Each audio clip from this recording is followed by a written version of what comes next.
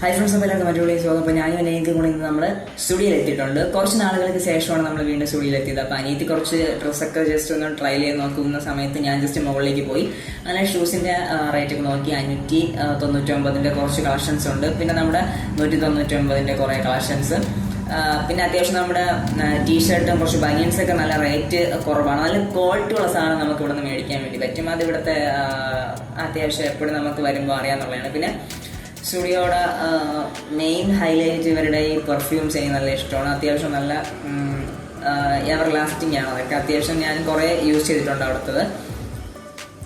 Just നമ്മുടെ മുകളിൽ പിന്നെ അവിടെ കുറേ നല്ല നമ്മുടെ ചെരുപ്പും എല്ലാ കാര്യങ്ങളൊക്കെ ഉണ്ട്. പിന്നെ ഞാൻ കുറച്ച് ട്രയൽ ചെയ്ത് നോക്കി ഡ്രസ്സ്. എനിക്ക് കംഫർട്ടായിരുന്നു, പക്ഷെ ആ ഒരു റേറ്റിനോട് അതൊന്ന് അത്ര ഒരു ഇതല്ലാത്തതുകൊണ്ട് ഞാൻ എടുത്തില്ല.